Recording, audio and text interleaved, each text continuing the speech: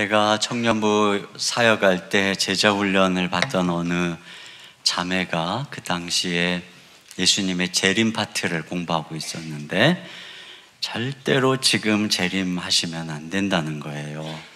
왜 그러냐 그랬더니 자기가 결혼한 다음에 예수님이 재림하셔야 된다는 거예요.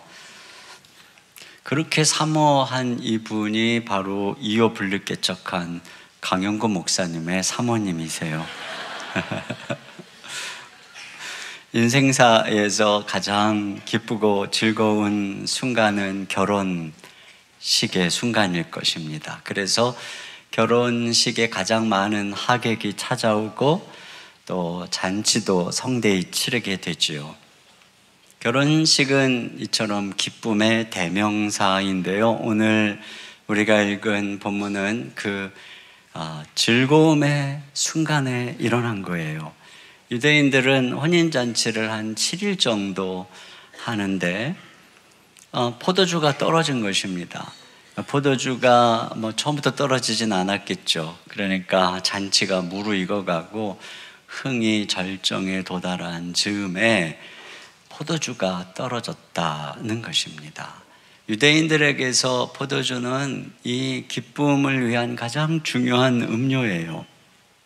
그러니까 포도주가 없는 잔치는 정말 맹숭맹숭하고 흥이 떨어지고 한참 축하하던 자리가 비난과 불평의 자리가 되고 신부를 위해서 결혼식을 준비한 신랑은 체면이 말이 아니고 수치스럽게 될 수 있는 순간이죠. 근데 오늘 이러한 혼인잔치에 포도주가 떨어졌다는 것이 우리에게 시사해 주는 게 있어요. 그게 뭐냐면 사실상 결혼식의 기쁨이 결혼 생활 내내 이어지는 게 아니에요. 이 기쁨의 포도주가 점점 떨어진다고요. 결혼뿐이 아니죠. 이 세상에서 경험하는 즐거움들, 아이가 탄생할 때 너무 즐거우니까 돌이 되면 다 일가친척 불러서 성대하게 잔치를 하지만 아이가 자라면서도 또 기쁜 것만은 아니란 말이죠.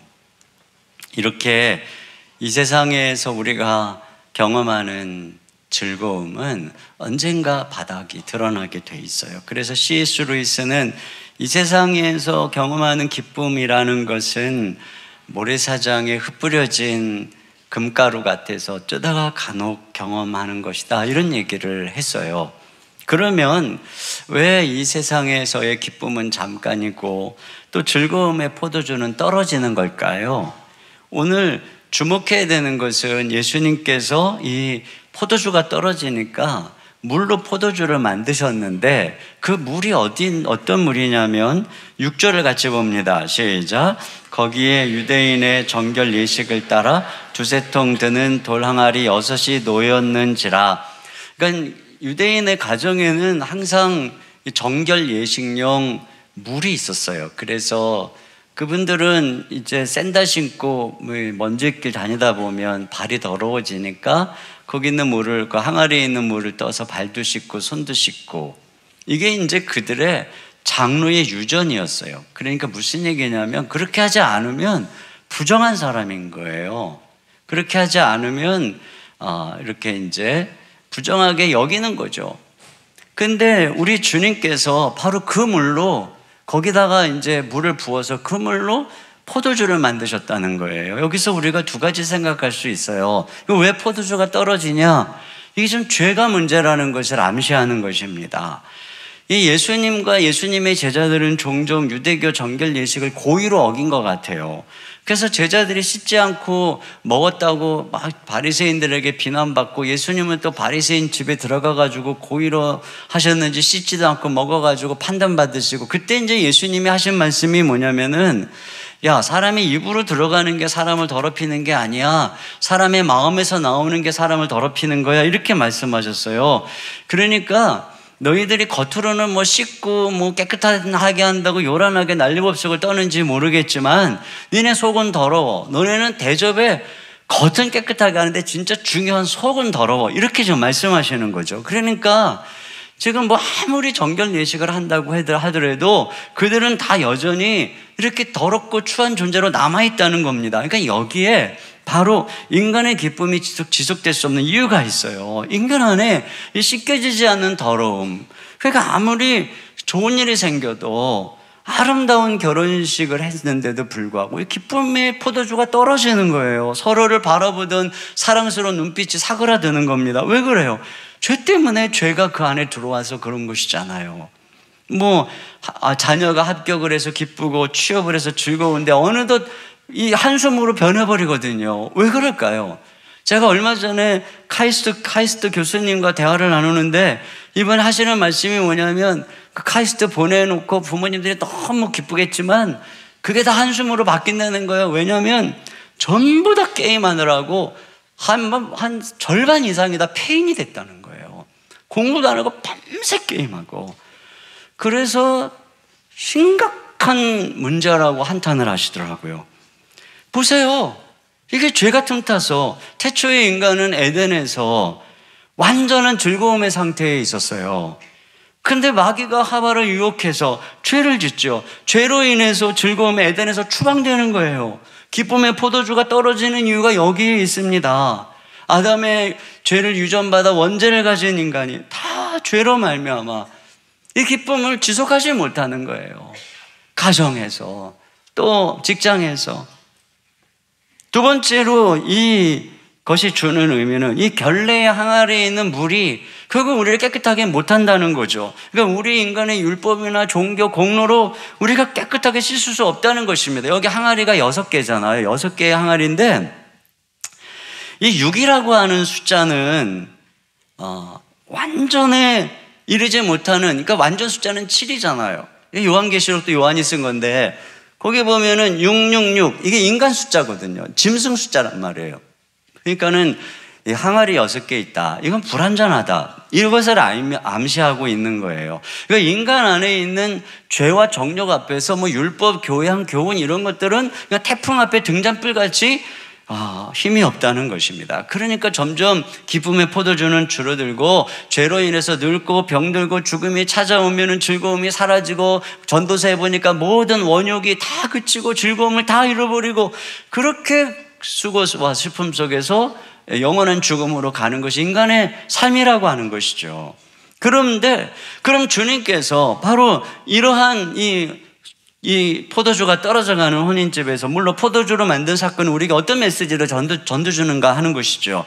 오늘 이 말씀의 11절에 보면 예수님이 이 사건을 본 성경이 표적이라고 하거든요. 첫 번째 표적이라고 해요. 표적이라는 건 사인. 그러니까 이 표적은 예수님이 자기가 누군지를 계시하는 그러한 기적이라고 하는 것입니다. 자, 그런데 이 기적이 어떻게 일어났는가 보면은 예수님의 모친이 예수님께 포도주가 떨어진 것을 얘기하잖아요. 그때 이제 예수님이 이게 나하고 무슨 상관이 있냐고 그러시면서 아직 내 때가 이르지 않았다 이렇게 말씀을 하십니다. 근데 여기에 내 때라고 하는 것은 이제 두 가지 의미를 담고 있는 것을 알 수 있어요. 첫째는 내 때는 예수님이 죽으실 때다라고 하는 것을 이 본문 속에 암시하는 것을 알 수 있어요. 이렇게 정결 의식에 항아리 물로 포도주를 만드셨잖아요. 그러니까 이 포도주가 결국은 죄를 진정으로 씻어주는 주님의 피를 상징하고 있다는 것을 우리가 깨달을 수가 있는 것이죠. 예수님께서는 성찬식에서도 이 포도주를 나눠주시면서 이것은 내 피로 세운 새 언약이다. 이거는 내가 너희를 위해서 흘리는 피다. 이렇게 말씀하셨단 말이죠. 그런 면에서 예수님께서는 이 지금 죄로 인해서 포도주가 끊어지는, 기쁨이 끊어지는 세상에서 이 죄 문제를 해결하기 위해서 오신 분이다. 자, 이것을 알려주는 표적이요. 동시에 여기 내 때는 결국은 그렇게 해서 예수님의 때가 오면 그때는 전혀 포도주가 부족하지 않은, 기쁨이 부족하지 않은, 기쁨이 말라버리지 않는 그런 시대, 그런 영원한 잔치 시대가 온다. 자, 이걸 말씀해 주는 거예요. 자, 이사야 25장 6절입니다. 시작. 만군의 여호와께서 이 산에서 만민을 위하여 기름진 것과 오래 저장하였던 포도주로 연회를 베푸시리니 곧 골수가 가득한 기름진 것과 오래 저장하였던 맑은 포도주로 하실 것이며, 그러니까 바로 이때가 내 때라는 것입니다. 예수님의 때. 근데 예수님이 이러한 기쁨을 위해서 이 기쁨이 말라가서 영원한 슬픔 속에 죽어가는 우리를 위해서 오셨다는 것입니다.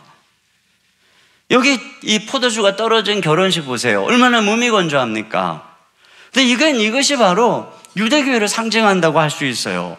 그 율법을 통해서 예수님이, 하나님이 우리 남편이 돼서 살아가는 그 결혼 생활이라고 하는 것은 그야말로 무미건조하게 짝이 없다는 거예요. 기쁨이 없다는 것입니다.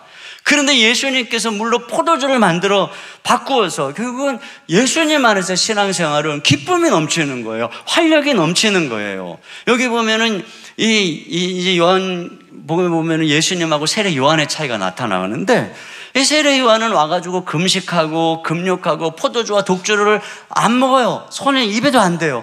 근데 예수님은 오히려 포도주도 드셨을 뿐 아니라 포도주를 만드셨어요.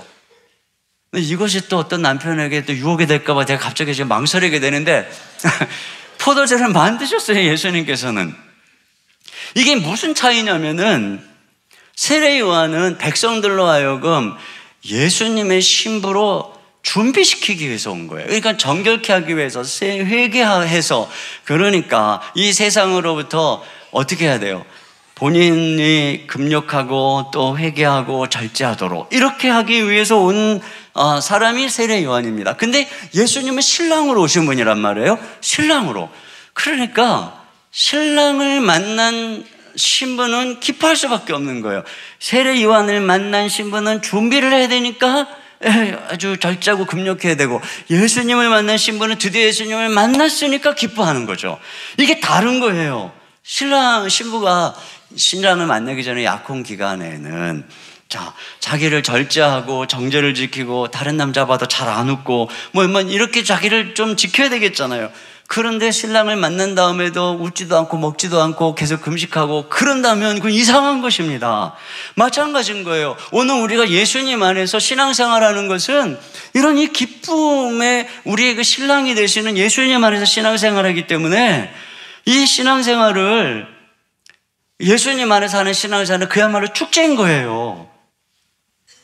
이게 막 엄숙한 금욕의 종교가 아니라는 것이죠. 만약에 여러분이 가는 곳마다 막 엄숙하고 어딘 다락방에서 놀러 가자 그러면 우리가 금식하고 기도해야 되지, 지금 우리가 야외에 갈 때냐 이러고 그렇게 맨날 금식하고 먹는 것도 절제하고, 물론 자기 경건의 훈련을 위해서 그러지만 늘 그런다면 여러분은 이 기독교 교인이라고 하기보다는 세례 요한교 교인이다 이렇게 말하는 게 더 정확할 수 있어요. 유대교 교인이다라고 말하는 게 더 정확할 수 있는 것입니다. 스퍼전이 이런 얘기를 했어요. 믿지 않는 영혼을 천국으로 인도하는 데 적합한 얼굴은 지옥의 시면을 그리고 있는 사람이 아니라 천국의 모습을 비치고 있는 사람이다. 당신은 지옥 갑니다 이러고 있는 사람이 아니라 천국의 기쁨과 아름다움을 보여주는 이런 사람이 믿지 않는 사람들을 천국으로 인도할 수 있다라고 하는 것입니다. 그런 면에서 예수님께서는 이 땅에 오셔서 천국의 기쁨을 오늘 여기서 우리가 경험할 수 있도록 그렇게 만들어주시는 분, 그분이 바로 예수님이시다. 그리고 그 예수님을 통해서 참된 기쁨을 얻을 뿐 아니라 우리 영원한 기쁨의 그 천국으로 우리 주님을 인도한다라고 하는 것을 오늘 가르쳐 주시는 것이죠. 자, 그런 면에서 세 번째로 중요한 게 뭐냐면, 바로 이 기쁨이 사그러지 가는 게 이 세상이잖아요. 이 세상에서 우리가 어떻게 그러면 우리의 기쁨이 되시는 이 물로 포도주를 만들어주시는 예수님을 경험할 수 있느냐, 이게 중요한 것이죠. 오늘 예수님의 모친의 요청에 예수님이 아직 내 때가 아닙니다 라고 하시면서도 허락하셨거든요. 그러니까 이처럼요, 아직 완전한 그때가 오지 않았지만 예수님은 오늘 우리에게 그걸 맛보게 해주시는 분인 것입니다. 우리도 혼인잔치에서 포도주가 떨어지는 것처럼 우리 인생의 포도주가 떨어집니다. 건강의 포도주가 떨어집니다. 재정의 포도주가 떨어져요. 결혼생활의 포도주가 떨어집니다. 자녀를 향한 포도주가 떨어집니다. 그래서 기쁨이 사그라드는 이러한 삶을 우리가 얼마나 많이 경험합니까? 그런데 우리 인생에 오셔서 십자가에서 죽으심으로 우리 대신 슬픔을 지신 예수님, 그리고 물로 포도주를 만들어주시는 예수님, 바로 그 분 안에서 우리는 오늘 이 혼인잔치에서 이 가정에 경험한 기적을 우리 가정에서도 경험할 수 있단 말이에요. 어떻게 경험할 수 있느냐? 첫째, 예수님을 우리 삶에 초청해야 되는 것입니다. 여기 2절에 보니까 예수와 그의 제자들도 혼례의 청함을 받았더니 이렇게 말씀하죠. 오늘 이 혼인잔치에 예수님과 그 제자들을 초청했어요. 그래서 저는 이거 보면서 우리가 말이죠, 예수님을 항상 이렇게 어려울 때만 초청하는 게 아니라 이렇게 기쁠 때 초청을 해야 돼요. 이 잔치자리에 예수님을 초청해야 돼요. 우리가 어려울 때만 예수님을 초청하고 기쁠 때 초청 안 한다는 것은 마치 뭔가 인생에 좋은 일이고 기쁜 일이 있으면 영원히 예수님 필요 없이 살 수 있는 것처럼 생각하는 거예요. 그렇지 않거든요. 아무리 인생에 기쁜 일이 있고 좋은 일이 있는 순간에조차 그게 영원하지 않다는 걸 아는 사람들은 오히려 그럴 때 예수님 초청하는 거예요. 예수님과 함께 하는 거죠. 예수님이 제자들을 초청하는 것입니다. 그래서 함께 찬양하고 함께 예배하고 하나님께 영광을 올려드리고, 그럴 때 우리 주님께서 우리 삶에 오셔서 그 기쁨이 떨어지지 않도록 우리에게 더 큰 기쁨을 함께 하시는 분이 예수님이죠. 감사할 때 더 큰 감사로, 감사드리면 더 큰 감사로 채워주시는 분이 예수님이란 말입니다. 두 번째, 어려움을 예수님께 호소해야 된다는 것이에요. 그러니까 마리아가 자, 그 기쁨이, 그 포도주가 떨어졌다는 소식을 듣자 예수님께 요청하잖아요. 예수님께 아뢰니까 예수님이 뜻밖의 대답을 하세요. 여기 4절 상반절에 여자여 나와 무슨 상관이 있나이까 이렇게 말씀하세요. 여기 여자라고 하니까 어떻게 예수님이 모친께 여자라고 하나. 근데 이것은 굉장히 경어예요. 경어. 특별히 예수님이 공생애를 이제 시작하셨잖아요. 그렇기 때문에 예수님은 한 가정의 아들이 이전에 온 인류의 메시아로서 이제 주님께서는 경어를 사용해서 모친을 여자여라고 말씀하는 것입니다. 그런데 뭐라고 그러냐면은 나와 무슨 상관이 있나이까. 나하고 상관이 없다는 것이죠. 아직 내 때가 이르지 않았기 때문에 나하고 이 일이 상관이 없다는 것입니다. 자, 그럼에도 불구하고 예수님이 행하신단 말이에요.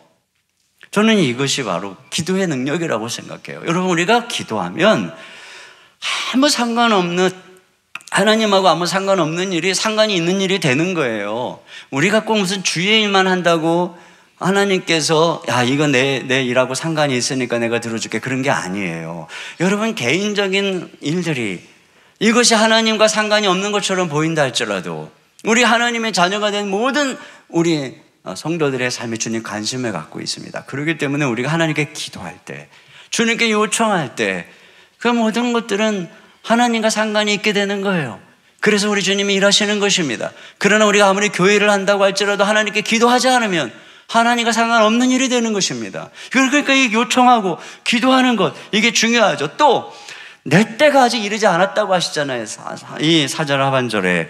그런데도 불구하고 기도하니까 하나님께 주님이 일하신다는 것입니다. 여러분, 여기 내 때는 약속의 때죠. 우리 주님의 십자가의 죽음의 약속의 때죠. 그날의 약속의 때입니다. 그런데 그 때를 우리가 기도할 때 여기서 경험하게 되는 것입니다. 여러분, 이 때라고 하는 건 시간적인 때가 아니에요. 시간이 세월이 많이 간다고 때가 차는 게 아니에요. 이 때라고 하는 것은 바로 우리가 기도할 때, 믿음으로 반응할 때 잡는 그러한 때인 것이지, 그냥 시간이 흘러간다고 오는 때가 아닌 것입니다. 그런 면에서 우리가 하나님께 기도할 때 바로 하나님께서 약속한 것들이 우리 삶에 이루어지는 거예요. 그래서 제가 종종 말씀드리죠. 우리 그리스도인 중에는 두 종류밖에 없는데, 한 종류는 하나님의 약속이, 하늘에 있는 약속이 지금은 자기의 삶에 현재적으로 이루어진 사람이 있고, 또 다른 사람은 하나님의 약속이 아직도 저 하늘의 먼 미래의 것으로 하늘에 있는 사람이 있다고. 이 차이를 무엇이 만드는 것일까요? 기도인 것입니다. 기도. 우리가 기도할 때에 하나님의 그 약속은 오늘 우리의 삶에 우리 것이 되는 거예요. 이것이 바로 기도란 말이죠. 그렇기 때문에 우리 인생에 어려움이 올 때, 우리 인생에 기쁨이 사그라들 때, 그래서 밤에 잠이 안 올 때, 그럴 때 우리가 해야 될 일이 무엇입니까? 이 사람 저 사람 찾아가서 부탁하고 물어보고 그럴 때가 아닌 것이죠. 우리 주님, 우리 주 예수님께 가서 기도하십시오.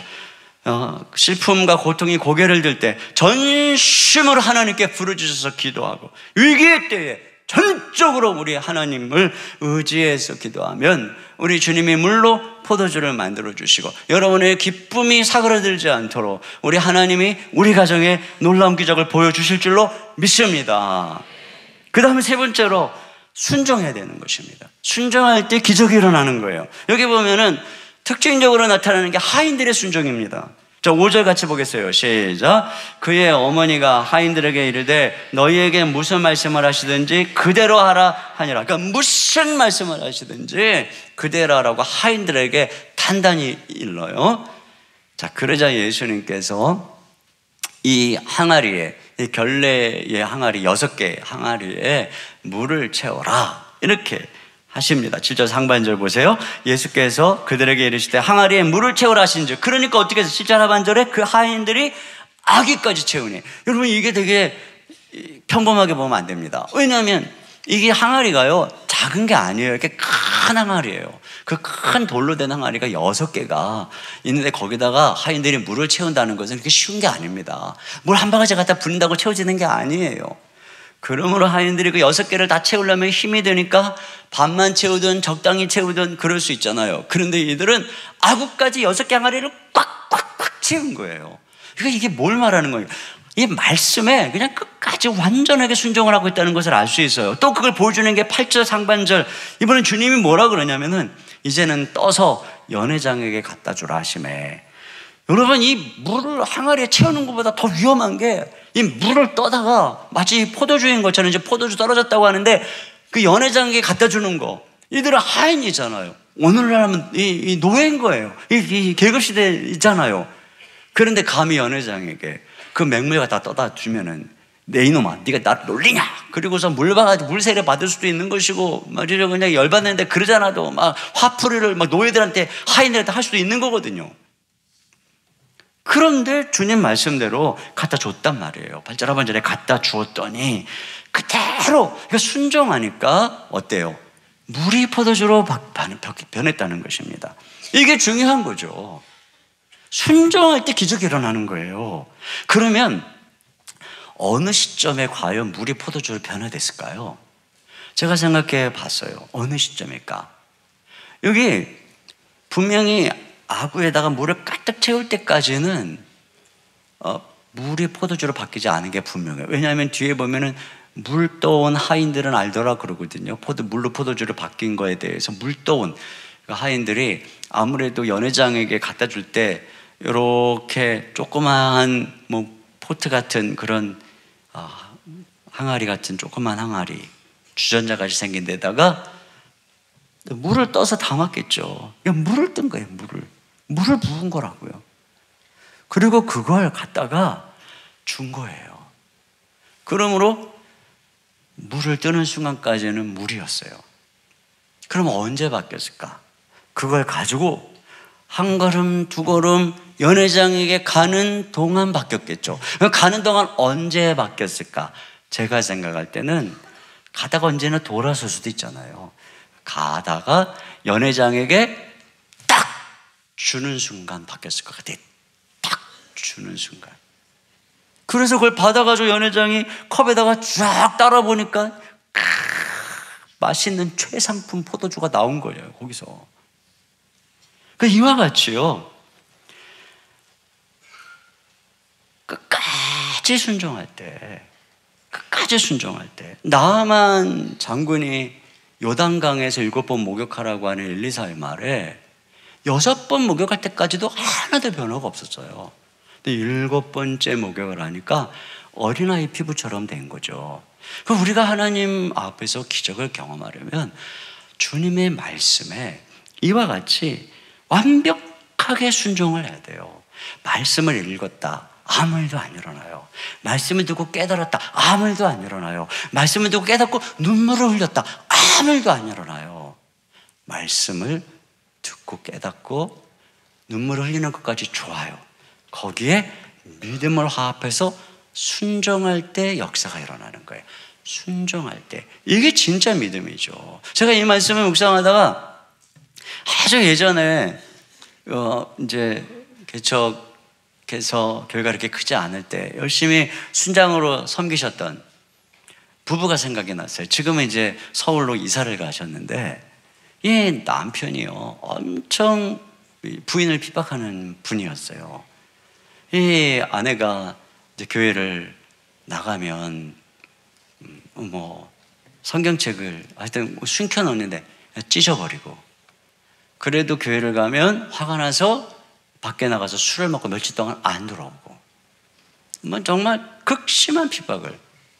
근데 그 여집사님이 순장님이었거든요. 이분이 항상 말씀을 묵상하세요. 항상 아침마다 말씀을 묵상하면서 늘 이제 순장님이니까 자주 나눌 때마다 남편에 대한 얘기는 한마디 불평이 없어요. 제가 볼 때 어떻게 살까 싶은 정도인데 불평이 없어요. 하나님께서 변화시킬 거라고 믿는 거예요. 그리고 매일매일 그날 주님이 주신 말씀에 순종하는 거예요. 주님이 죽어라 그러면 죽고, 섬기라 그러면 섬기고, 참으라 그러면 참고, 기뻐하라 그러면 기뻐하고. 제가 그 순장님이 그렇게 말씀을 가지고 그렇게 믿으면 매일매일, 그러니까 매일매일 숨 막히죠. 근데 매일매일 말씀을 통해서 순종하는 모습을 보면서 한편에서는 참 대단하다, 또 다른 한편에서는 이거 너무 무모하게 믿는 거 아닐까, 이런 생각이 들 정도로 철저하게 말씀을 순종하면서 수년의 세월을 그렇게 보냈어요. 그랬는데 어느 날 말이죠, 이날도 남편이 술을 먹고 며칠 만에 들어와서 잠을 자고, 그리고 이제 일어난 거예요.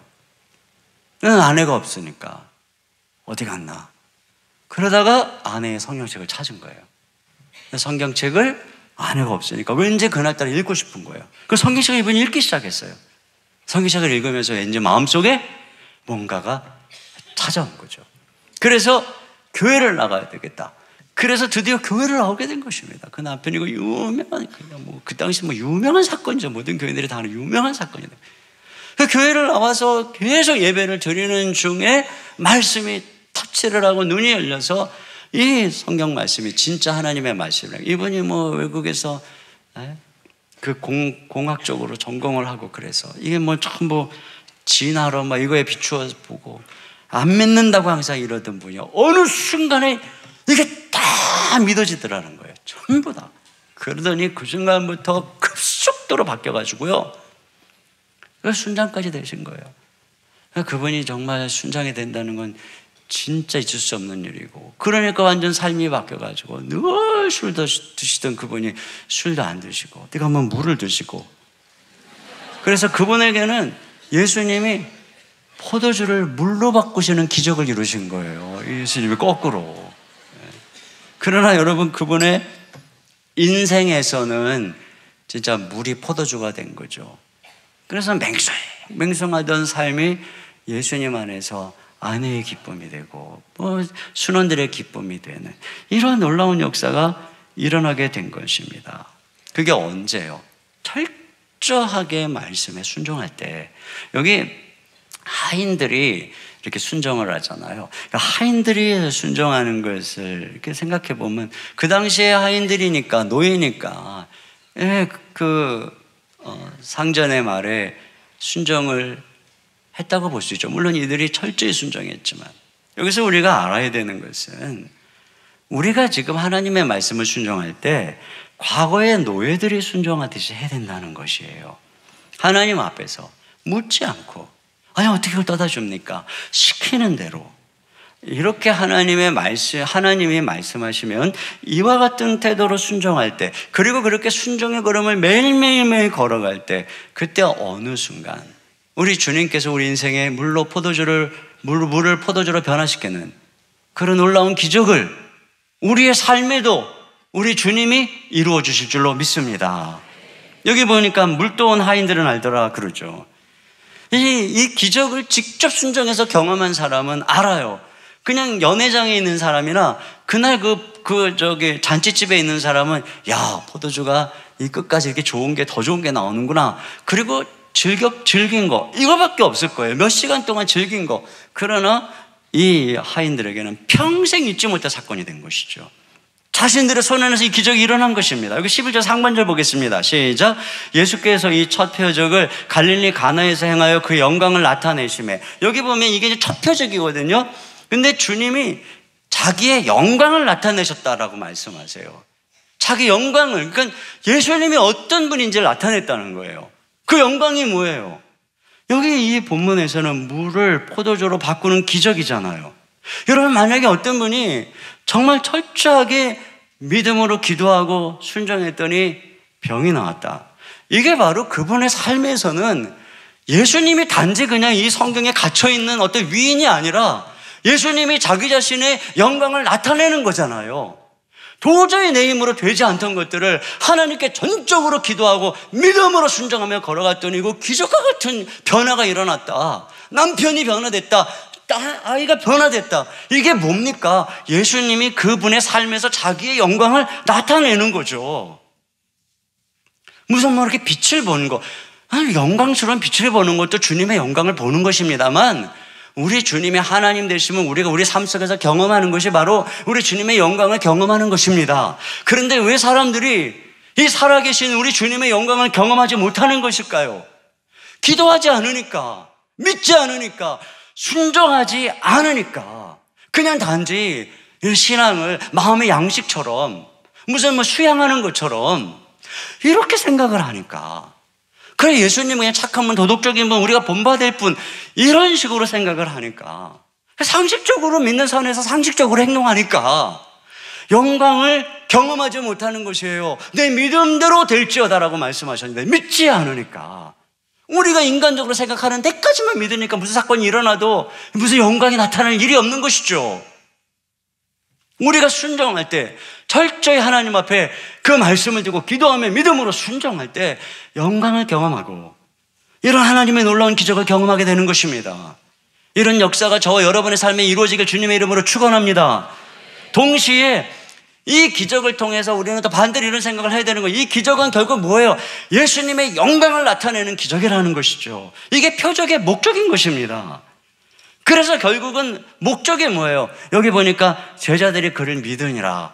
예수님이 바로 하나님의 아들이요, 우리에게 진정한 기쁨을 가져다주는, 전국의 잔치를 가져다주는 분이라는 사실을 믿게 되는 것이죠. 바로 그 예수 그리스도가 우리의 기쁨의 근원이고 영광스러운 분이고 얼마나 아름다운 분인지를 우리는 이것을 통해서 알아가게 되는 것입니다. 여러분 그렇잖아요. 부모님이 아이에게 자꾸 선물을 주면 선물만 기뻐하면 안 되죠. 야, 우리 부모님은 나에게 이렇게 풍성하고 선물을 주는 좋은 분이야. 그 좋은 분, 그 분을 사랑하고 그 분과 함께 살아가게 될 때 아이는 항상 기쁨으로 충만한 삶을 행복하게 사는 거잖아요. 마찬가지예요. 이런 것을 통해서 우리는 예수 그리스도가 얼마나 아름다운 분인지, 선물을 주시는 그분의 부유함과 그분의 그 놀라운 기쁨의 근원 되심을 경험하게 되는 거죠. 여기 연회장이 신랑을 불러서 이런 얘기를 합니다. 10절입니다. 시작. 말하되 사람마다 먼저 좋은 포도주를 내고 취한 후에 낮은 것을 내거늘 그대는 지금까지 좋은 포도주를 두었도다 하니라. 지금 신랑을 부르다가 연회장이 그러는 거예요. 야, 다른 신랑들은 말이야, 잔치 처음에 할 때 좋은 거 주다가 나중에는 막 신 거, 맛없는 거 막 이런 거 주는데 어떻게 당신은 더 좋은 걸 주시는가? 이런 이제 칭찬을 하는 거죠. 근데 여기서 바로 우리의 진짜 신랑이 되시는 예수님의 모습이 오버랩되는 것입니다. 오버랩 시키는 것이죠. 이 연회장의 말을 통해서 우리 인생의 진짜 신랑이 되시는 예수님은 이 세상의 신랑하고는 다르다. 그분은 어떤 분입니까? 여러분, 세상의 신랑은 신부도 마찬가지죠. 처음에는 다 기쁘죠. 신혼 때 그냥 해달라면 다 해주고 막 밤에 일어나서 사다 주고 막 이러잖아요. 그러나 이제 뭐 20년 30년 사셨는데 요즘은 어때요? 그 신랑이 그냥 자 뭐 이런단 말이죠. 그러니까는 점점점 싱거운 맛없는 포도주가 되는 거예요. 이게 보통 세상 삽니다. 뭐 신부도 마찬가지고, 이와 같이 이 세상의 모든 즐거움들은 처음에는 막 짜릿하고 막 기쁘고 말이죠. 와, 내가 이 직장을 들어갔어. 막 너무 기쁘고 막 쳐다만 봐도 막. 그러나 이제 세월이 지나가 보세요. 맹숭맹숭하고 그냥 기쁨도 별로 없고 말이야. 내가 이 집을 지었어. 그냥 막 뭐든 막 쳐다보고 막 벽 하나, 나무 하나 그냥 와 이쁘다 막 이러다가 지금은 어때요? 지금 맹숭해져. 이게 바로 세상의 기쁨이에요. 그런데 우리 예수님은 신랑 삼으면 점점 기뻐지는 거예요. 나중에 가면 갈수록 더 아름다워지는 것입니다. 그리고 이렇게 예수님과 함께 살아가는 예수님 닮은 사람은 어때요? 진짜 예수님 같은 신랑이 되는 거예요.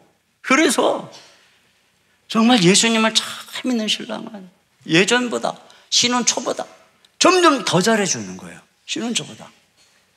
지금 제 얘기를 하고 있는 것 같은 느낌이 갑자기 드는데 아내가 없는 순간 이거 어제 우리 목양 장로님 MT를 같이 이제 다녀왔어요. 다녀오는 길에 이제 저는 좀 빨리 와야 돼가지고 어느 장로님하고 이제 그분 차를 타고 이제 오다가 이제 점심때가 돼서 배가 고파가지고 휴게소에서 밥을 먹자고 하니까 휴게소 식사 맛이 없으니까 저기서 내려가면은 바로 있는 식당에서 이제 내려갔어요. 내려갔는데 거기 식당 너무 맛있는 식당인 거예요. 너무 맛있는 식당이에요. 그 춘천 닭갈비 같은 뭐 그런 건데 숯불에다가 구워가지고 너무너무 맛있고 후식으로 아주 새콤새콤한 막국수를 주는 거예요. 막 얼마나 맛있는지요. 와, 장로님 어떻게 이렇게 맛있는 데를 아시냐고 그랬더니 장로님 그러시는 거예요.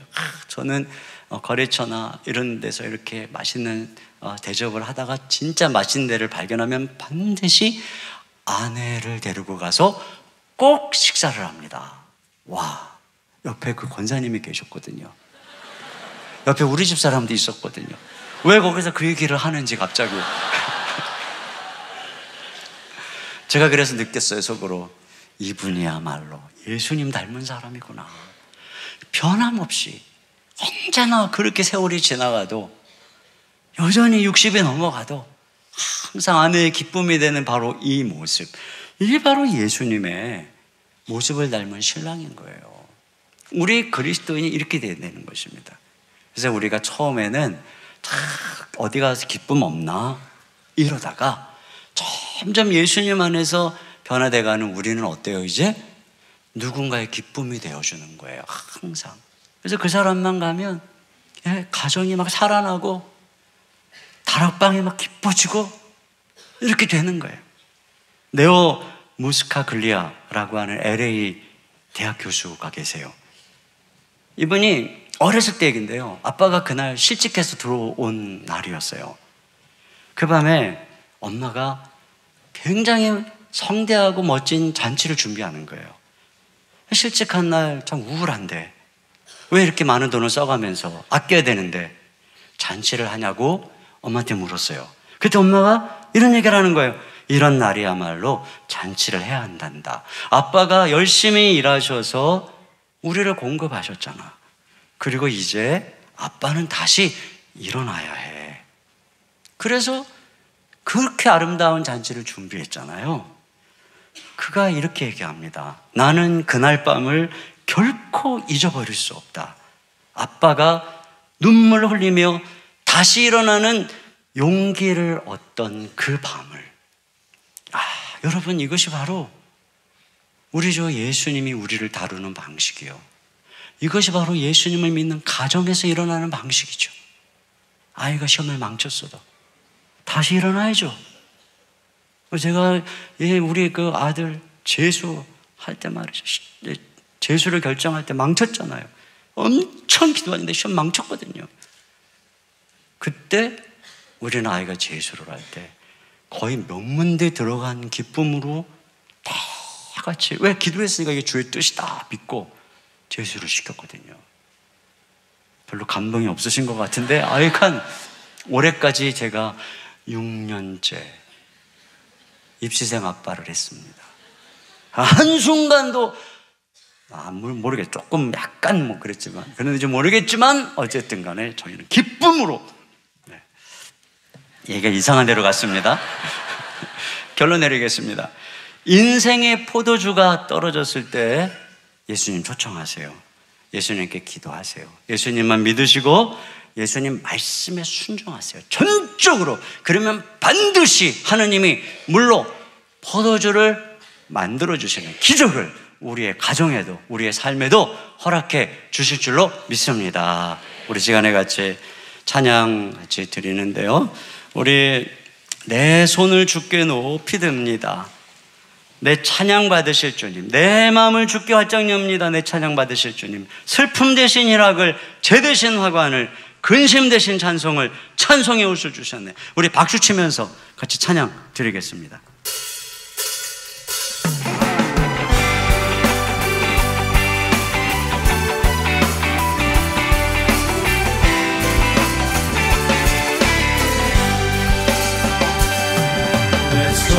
마음을 주께 높이듭니다. 내 찬양 받으신 주님, 내 마음을 주께 활짝 엽니다. 내 찬양 받으신 주님, 슬픈 대신이라그 제 대신 과관은 근심 대신 찬송의 옷을 주셨네.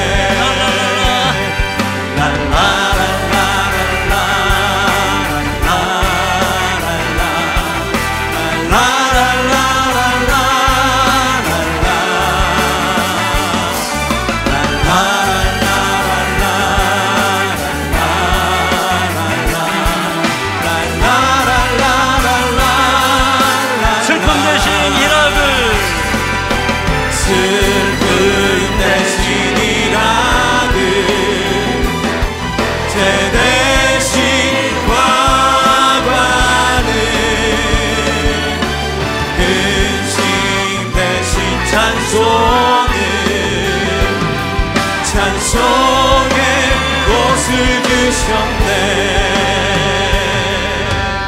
이 시간에 한 1분 정도만 잠깐 기도하겠습니다. 우리 주님은 기쁨의 주님, 물로 포도주를 바꿔주시는 주님, 그분이 우리와 함께 계십니다. 여러분, 지금 인생에 포도주가 떨어져 가고 있습니까? 건강의 포도주요, 재정의 포도주요, 자녀의 포도주, 그게 무엇입니까? 가정의 기쁨의 포도주가 떨어져 가고 있습니까? 우리 주님을 초청합시다. 주님께 기도합시다.